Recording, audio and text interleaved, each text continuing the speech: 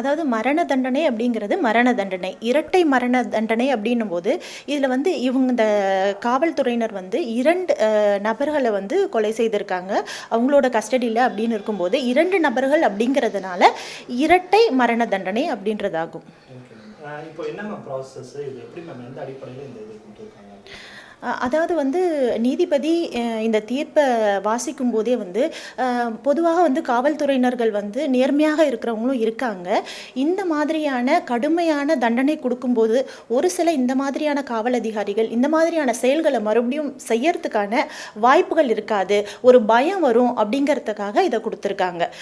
இதில் வந்துட்டு இப்போது தூக்கு தண்டனை கொடுத்துருக்காங்க அப்படின்னும் போது இப்போ அதே நீதிமன்றம் என்ன பண்ணுவாங்கன்னா ஹைகோர்ட்டுக்கு ரெஃபர் ட்ரையல் அப்படின்னு சொல்லுவாங்க, இதை உறுதிப்படுத்துறதுக்காக ஹைகோர்ட்டுக்கு அனுப்புவாங்க.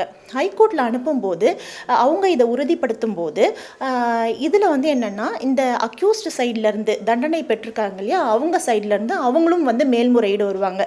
இதில் வந்து இவங்களுடைய வாதங்கள் மற்றும் எல்லா எவிடன்ஸு எல்லாத்தையுமே அனலைஸ் பண்ணிவிட்டு இந்த ரெஃபர் ட்ரையலில் இந்த மரண தண்டனையை உறுதியும் படுத்தலாம், அப்படி இல்லைன்னா இதை மாடிஃபையும் பண்ணலாம், அதாவது ஆயுள் தண்டனையாகவும் மாற்றலாம். இதுலேயுமே வந்து உயர்நீதிமன்றத்திலையும் இந்த மரண தண்டனையை உறுதிப்படுத்திட்டாங்க அப்படின்னா உச்சநீதிமன்றத்துக்கு அக்யூஸ்டு சைட்லேருந்து மேல்முறையீடு போகலாம். உச்சநீதிமன்றத்திலையும் உறுதிப்படுத்திட்டாங்க அப்படின்னா அங்கேயே வந்து ரிவ்யூ பெட்டிஷனாகவும் போடலாம். இப்போ இந்த எந்த அடிப்படையில் இப்போ சிபிஐயோட எவிடன்ஸு அண்ட் தென் அவங்க சார்ஜ் ஷீட்டோடைய பேஸ் பண்ணி தான் இதை கொடுத்துருக்காங்கன்ற மாதிரி சொல்கிறாங்க. இது எந்த அடிப்படையில் இந்த மாதிரி வழக்கு வந்து இப்போ கொடுத்துருக்காங்க, இதுக்கு முன்னாடி இந்த மாதிரி வழக்குகள்லாம் எதாவது நடந்திருக்குங்களான்னு சொல்லுவாங்க? அதாவது சிபிஐயில் கொடுத்து சிபிஐ வந்து எல்லா எவிடன்ஸ் எல்லாத்தையும் கலெக்ட் பண்ணி இது வந்து இந்த மாதிரியான சம்பவம் நடந்திருக்கு அப்படின்றத உறுதிப்படுத்தினதுனால தான் இந்த வந்து மரண தண்டனை கொடுத்துருக்காங்க. இது மாதிரியான மரண தண்டனைகள் நீதிமன்றத்தில் வந்து இதற்கு முன்னாடி கொடுத்துருக்காங்க. ஆனால் மேல்முறையீடு வரும்போது ஒரு சில மரண தண்டனைகள் வந்து ஆயுள் தண்டனையாக மாற்றப்பட்டுள்ளது. இப்போ மரண தண்டனை ஆயுள் தண்டனைக்கு ரெண்டுக்குமே எத்தனை வருஷம் இருக்கணும், எவ்வளோ? அதாவது ஆயுள் தண்டனை வந்து ஆயுள் தண்டனை அப்படின்னு கொடுத்துட்டாங்கன்னா அவங்க வந்து ஆயுள் வரைக்கும் உள்ளதான் இருக்கணும். இதுலேயே வந்து ஆயுள் தண்டனை சாகும் வரை ஆயுள் தண்டனை அப்படின்னு கொடுத்துட்டாங்கன்னா இந்த சாகும் வரை ஆயுள் தண்டனையில் வந்து அந்த ஜெயிலில் கிடைக்கிற எந்த பெனிஃபிட்ஸும் அவங்களுக்கு கிடைக்காது. அதாவது ஒருத்தருக்கு ஆயுள் தண்டனை அப்படின்னு கொடுத்துட்டாங்கன்னா 14 வருடங்கள் கழித்து அவர்கள் வந்து நன்னடத்தையில் இருக்கிறாங்க, நன்னடத்தையோட அவங்க திருந்திட்டாங்க அப்படின்னு தெரியும் போது அவங்களுக்கு வந்து முன்விடுதலை அப்படிங்கிற ஒரு வாய்ப்பு இருக்குது. அதை பேஸ் பண்ணி அவங்க முன்விடுதலையில் வெளியில் வர்றதுக்கான வாய்ப்பு இருக்குது.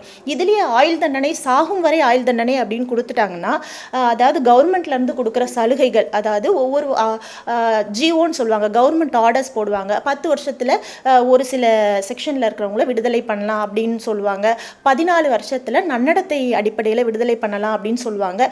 இந்த மாதிரியான விஷயங்கள் வந்து சாகும் வரை ஆயுள் தண்டனை அப்படிங்கிறவங்களுக்கு வந்து கிடைக்காது. இது இப்போ அவங்களுக்கு எவ்வளோ வருஷம் வந்து இப்போ A1க்கு வந்து தூக்கு தண்டனை, A3க்கும் தூக்கு தண்டனை, அப்படி A2க்கும் தூக்கு தண்டனை சொன்னாங்க.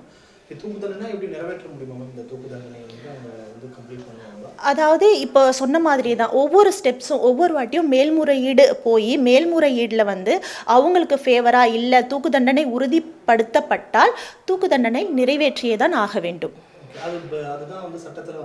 சட்டத்தில் ஒரு தண்டனை கொடுத்துட்டாங்க, அதாவது அந்த அக்யூஸ்டு சைட்லேருந்து அவங்க வந்து நாங்கள் இதை செய்யலை அப்படிங்கிறத வந்து அவங்க நிரூபிக்கணும்.